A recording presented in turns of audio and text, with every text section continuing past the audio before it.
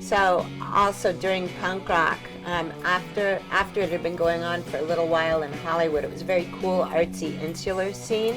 But then it started getting invaded by like really violent sort of jocks, like the kind of people that had been throwing garbage out of car windows at us like 6 months before. And punk rock started changing. So everyone that was into the original punk rock scene started getting into what is now known as like roots music or Americana, you know, and it was throwbacks to old cool music like Eddie Cochran or Link Ray or Gene Vincent or Jan and Dean, the Ventures, that kind of stuff. So we were all super into it, and the Go-Go's especially epitomized the whole 60s thing.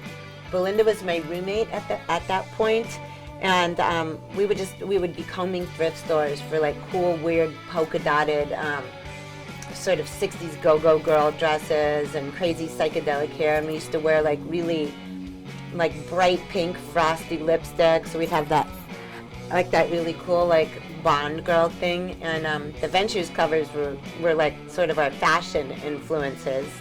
Like I remember on the cover of, I think it was Walk, Don't Run with Nancy Bacon, those lame capri pants, I found a pair like them in silver at a Salvation Army for 25 cents, and I was like, oh my God!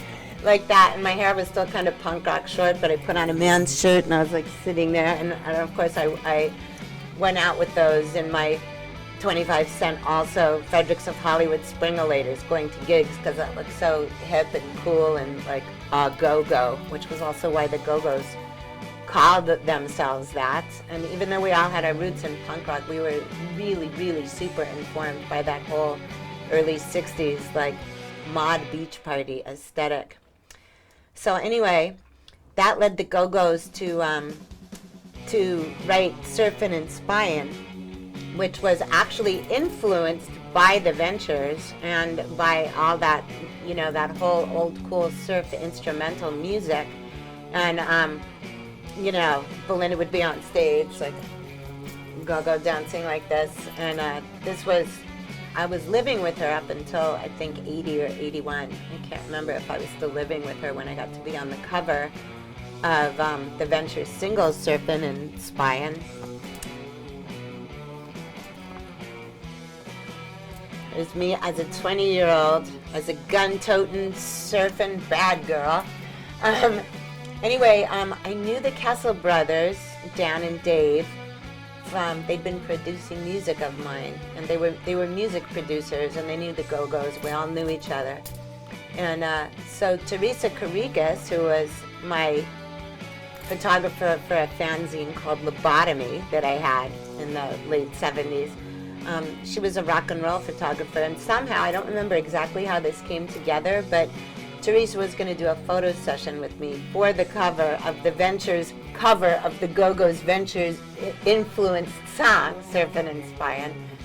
So I think we shot it at Teresa's apartment above the Whiskey on Sunset. I might be wrong on that, but you know, usually apartments were good places for photo sessions in those days. And Dan and Dave and their friend Blake Zoltan came with a bunch of guns to get that international mystery surfing combo look. And I hadn't even thought of the fact that they might have been real guns until they started like getting ready, pulling them out of cases and getting ready to hand them to me, but like opening up the magazines and showing me that there was nothing in it. And then I realized there was real guns, and then I realized how many of them were like laying around on the floor, and I was like, well, this is kind of crazy. And the trench coat I wore was my own. I think the hat belonged to one of the guys, and the little like this trench coat and this bathing suit were really mine. And the boots were mine, and the fishnets were mine, of course, because you know what international woman of weapon-wielding surfing mystery doesn't wear fishnets? But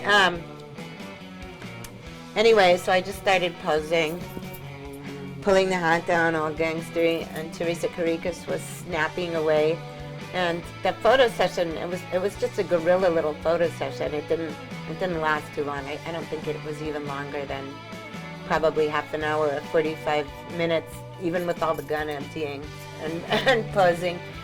And it wound up coming out on a single. And I was so honored because I loved the Ventures so much.